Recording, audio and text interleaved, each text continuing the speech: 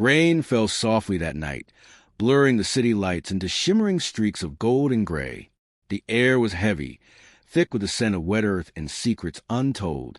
I stood by the window, watching my reflection fade in and out of glass, my wedding ring catching the dim light like a quiet warning. To him, I was just Lila, a quiet woman who smiled too little and spoke even less. But beneath the calm exterior, I carried a past he could never imagine. It had been 3 months since I married Adrian. To the world, he was charming, successful, confident, the kind of man who commanded attention without raising his voice. To me, he was a stranger whose affection came with invisible chains. He liked control, the way he dictated what I wore, who I spoke to, even how I smiled. I tolerated it, quietly studying him the way I'd once studied my enemies. He didn't know that my silence was never submission. It was strategy. One evening, a small misunderstanding turned into a storm. Dinner was cold. He had come home late, drunk and irritated. His voice echoed across the room, sharp and venomous. "You're useless, Lila. You don't even know how to be a proper wife." His words didn't hurt me. I'd faced bullets, betrayal, and blood. But what followed did. His hand struck my cheek, hard enough to sting, but not enough to break. The world seemed to pause. He froze too, as if realizing what he'd done. But I didn't flinch. I looked up, my gaze steady, unmoving, unreadable. The silence between us was deafening. "Don't ever look at me like that," he growled, stepping closer, trying to reclaim the power he'd just lost. I stepped back slowly, my hand brushing the locket around my neck.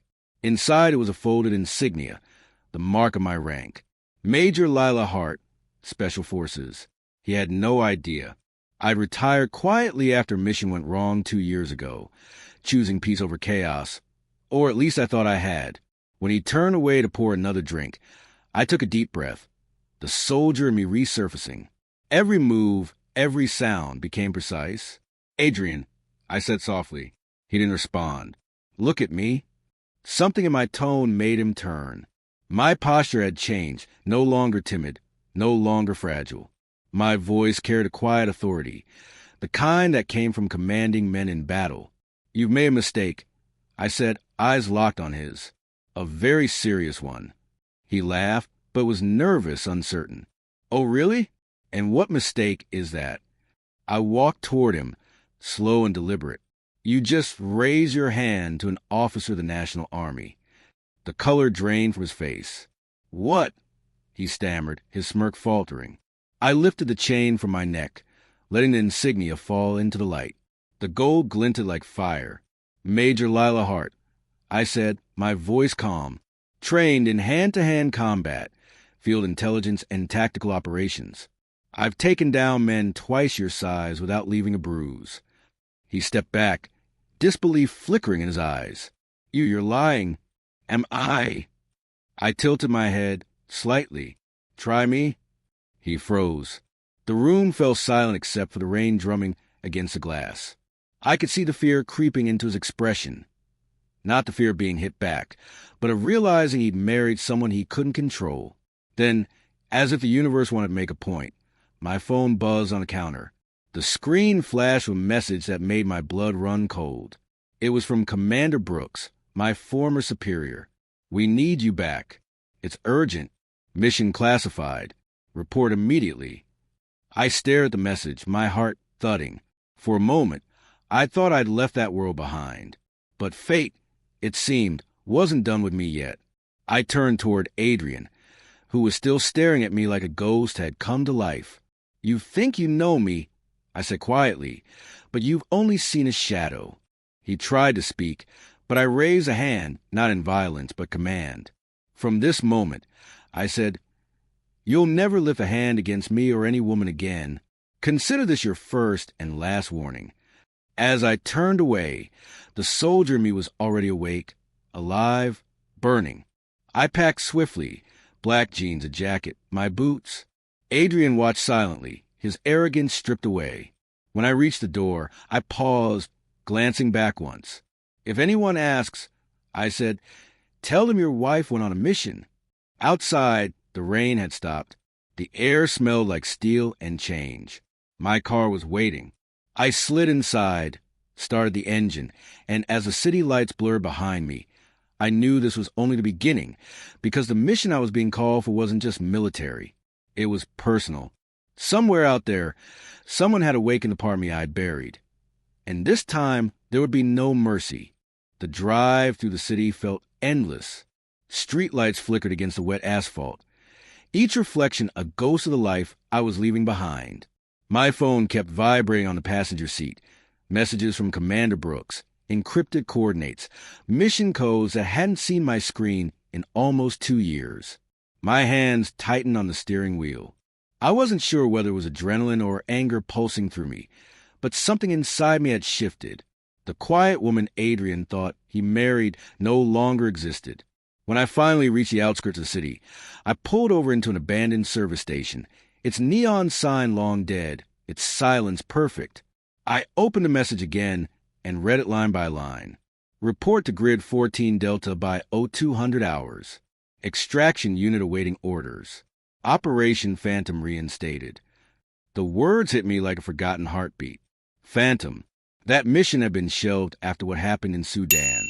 I'd lost good soldiers there, people I called family. I'd promised myself I'd never wear that uniform again. But when the government uses that word, phantom, it means something's burning, and they need ghosts to put out the fire. The rain had stopped completely now.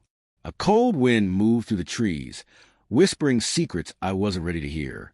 I reached into the glove compartment and pulled out the small black case I always kept. Old habits die hard. Inside was my badge, my sidearm, and a folded photograph. 5 soldiers stood together, smiling despite the dust and blood on their uniforms. I traced my finger over one face, Captain Rhea Torres, my best friend, the woman who saved my life and vanished in the chaos of our last mission.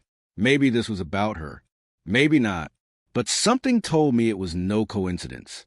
By the time I reached the airfield, the sky had started to pale with early dawn. A single transport plane sat waiting at the edge of the tarmac, its engines humming softly like a beast waking from sleep. A tall figure in a dark coat stood beside it, backlit by the floodlights. Even from a distance, I recognized that rigid posture. Commander Brooks. He turned as I approached, his expression unreadable beneath the hard lines of his face. "You look exactly the same, Major," he said, "except maybe a little angrier." "I'm not angry," I replied, though my voice came out colder than I intended. "I'm awake." He gave a small, approving nod. "Good, because we need that version of you." I followed him toward the plane. The scent of jet fuel mingled with the chill in the air. Inside, a handful of soldiers sat strapped in, new faces, young, alert, and curious. One of them, a woman with sharp eyes and a scar across her cheek, met my gaze and gave a slight nod. "Welcome back, ma'am," she said. I didn't reply. I was still trying to piece together why they'd pulled me out of retirement. As the plane began to taxi, Brooks handed me a classified folder. I flipped it open, and my blood ran cold. The file contained surveillance photos, digital maps, and one name circled in red: Project Genesis. Beneath it, a smaller name caught my attention: Rhea Torres, missing, presumed alive. My throat tightened. "You told me she was dead." "We thought she was," Brooks said, his voice low, "until 2 weeks ago. She resurfaced in Lagos under a false identity. Intercepted comms suggest she's leading a rogue unit, ex-special forces, off-grid and heavily armed." I stared at the papers, disbelief and something sharper twisting in my chest. "That's impossible. Rhea would never go rogue. She saved lives." He looked at me then, eyes steady. "She's not the same person, Lila. None of us are." The engines roared louder as we lifted off. I felt the weight of the past pressing against my ribs. Every scar I'd buried suddenly aching again. Rhea had been my anchor, the one who reminded me why we fought, why we sacrificed. If she was alive, I had to find her. But if she had changed, I pushed the thought away. Hours later, we landed at a classified base deep in the desert. The heat hit like a wall the moment I stepped off the plane. Soldiers moved in precise lines, drones hummed overhead, and command tents rose like a temporary city carved out of dust. I was led into the briefing room, where holographic maps flickered with red markers. Brooks stood beside a digital board displaying satellite images of an abandoned compound. "This is where Rhea was last spotted," he said. "We believe she's after something hidden in that facility. Data files from a project shut down years ago. Classified even above our clearance." I crossed my arms. "And you wanted to bring her in?" He hesitated. "We want you to reach her first. You're the only one she might listen to." The weight of his words settled heavy in the room. I've been trained for missions like this, covert retrieval, silent operations. But this wasn't just another mission. This was personal. As I studied the map, flashes of memory cut through, the gunfire, Rhea's voice yelling over the radio, the explosion that swallowed her signal. I blamed myself for years. Maybe now I had a chance to make it right. That night, as the camp settled into a tense quiet, I sat alone outside my tent, cleaning my sidearm under moonlight. The desert stretched endlessly ahead, silver under the stars. Every sound was amplified.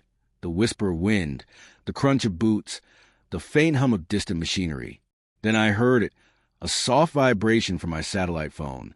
I picked it up, frowning. The number wasn't military. I answered, ready to end the call quickly. A familiar voice came through the static. "Lila, it's been a while." My hand froze. "Rhea."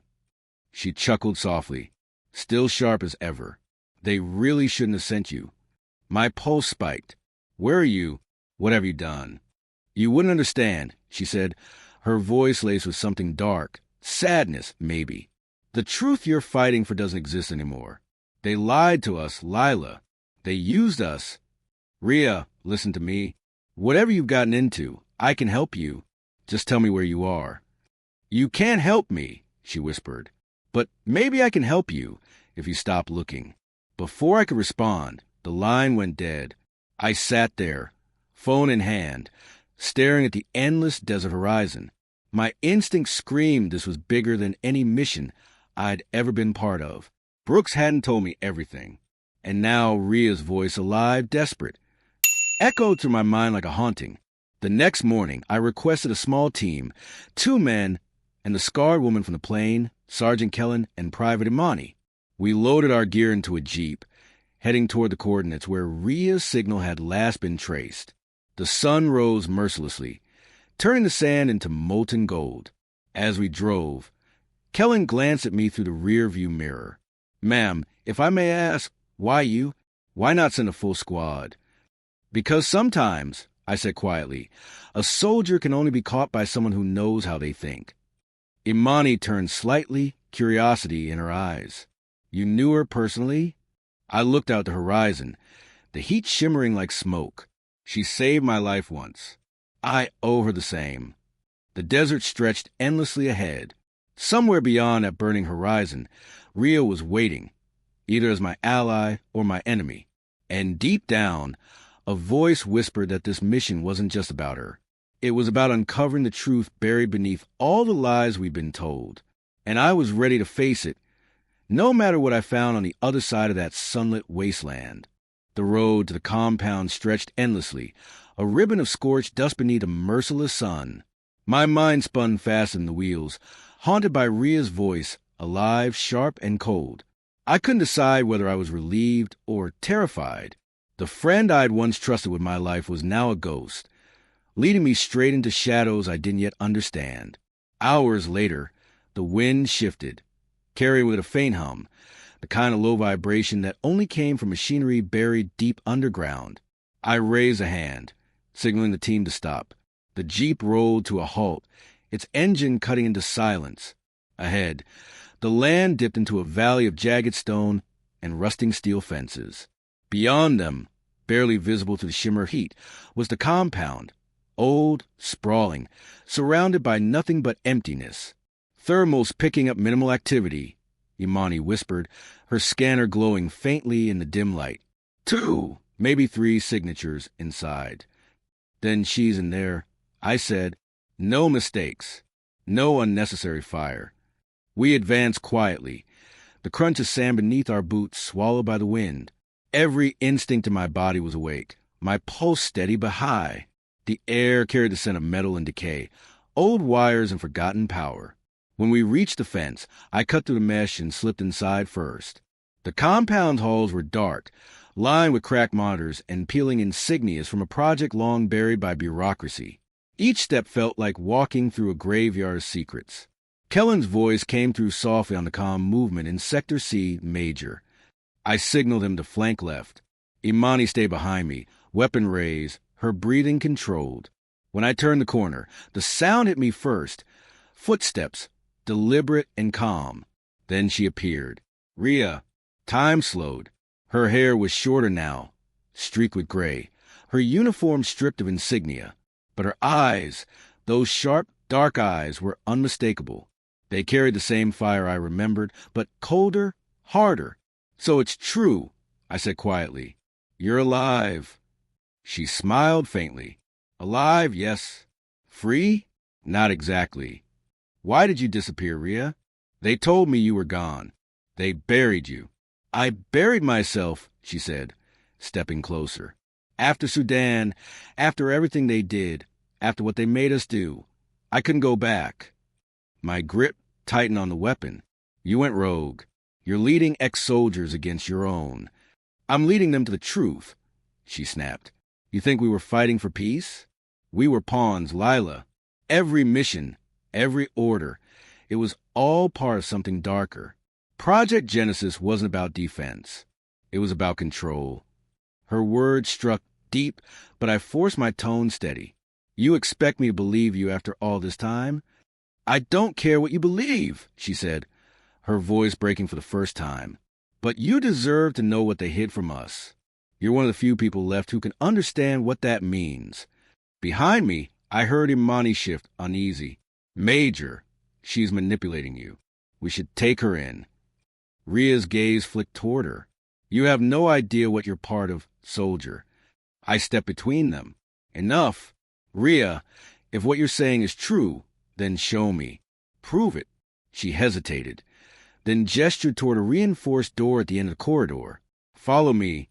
Inside the chamber, the temperature dropped. Blue lights flickered to life, revealing rows of containment pods and dusty consoles. The air thrummed with the faint hum of dormant systems. Rhea moved one of the consoles, typing a code I didn't recognize. The screen lit up with files, classified logs, encrypted communications, mission reports under false signatures. And then one image froze me. It was a satellite photo. The coordinates matched the city I'd lived in, the city I'd just left. My home. Adrian's home. What is this? I asked, my voice barely a whisper. Phase 3, she said. They're testing behavioral control protocols. Military-grade psychological conditioning. They've been planting agents under civilian covers, manipulating relationships to monitor emotional resilience in veterans. You didn't just marry Adrian by chance. Lila, he was assigned. My world tilted. That's impossible. Is it? She said, eyes burning. You think it's coincidence you were found, approved, cleared for civilian life without a single question? They knew who you were. They needed to know what happens when soldiers like us try to live normal lives. I stumbled back, the walls closing in. Images of Adrian, his sudden interest in my past, his obsession with control, his anger when I asked questions. All of it replayed like scenes in a nightmare. You're lying, I whispered, though I knew she wasn't. Rhea looked at me with something like pity. You were the perfect subject, Lila. Strong, loyal, obedient, but broken inside. They want to see how much it would take to wake you up again. Kellen's voice cut through the calm, strained. Major, we got incoming, multiple vehicles approaching fast. Armed. Rhea turned sharply. They found us. You have to decide, Lila, come with me or die cleaning up their mess. I looked between her and the door. The sound of engines grew louder, dust swirling outside the shattered windows. Imani raised her weapon, uncertain. Orders, ma'am? I swallowed hard, my mind racing. Every instinct screamed that this was the point of no return. Rhea might be right, but following her meant betraying everything I'd sworn to protect. Then I remembered Adrian's eyes the night he hit me. Not rage, but fear. The kind of fear that doesn't come from guilt, but from exposure. I'm not dying for their lies, I said finally. Ria's expression softened. Then you know what you have to do. We move fast. Explosions cracked the air as armed units breached the outer fence. Ria led us through a service tunnel beneath the compound, the walls trembling with gunfire. My team covered the rear, returning fire in sharp bursts. I felt the old rhythm return, the soldier's instinct, the dance of survival.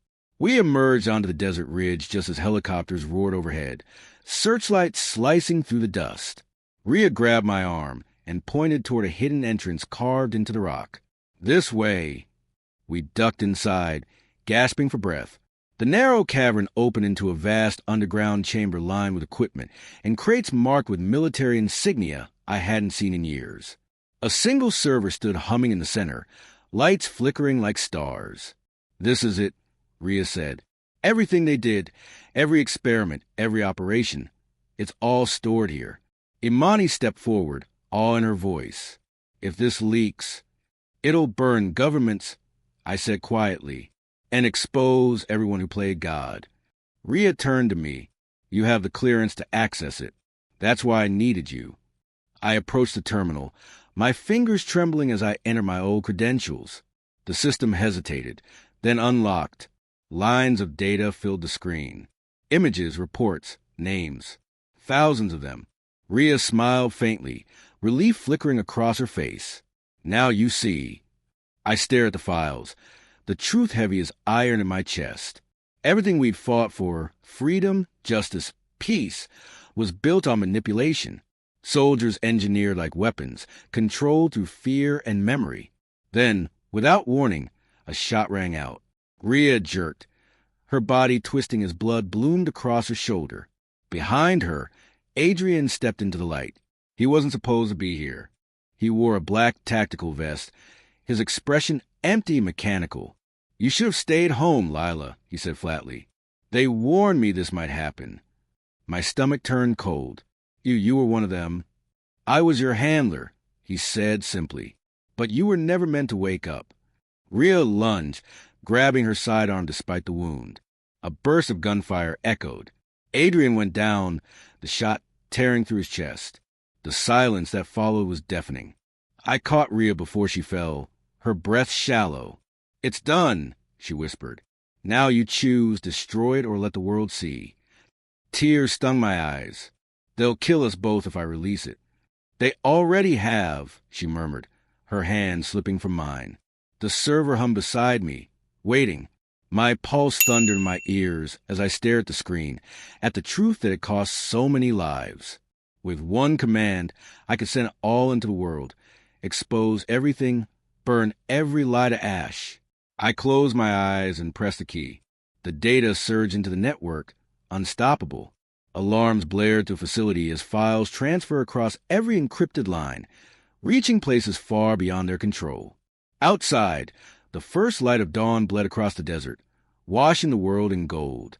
Smoke rose from the compound, helicopters retreating as their systems collapsed under the flood of information. I stood there, the wind whipping through my hair, the weight of everything sinking in. I wasn't just a soldier anymore. I was the spark they never saw coming. The world would know the truth now, and nothing could ever bury it again. Behind me, the sun climbed higher, fierce and blinding, as I walked toward it alone but finally free.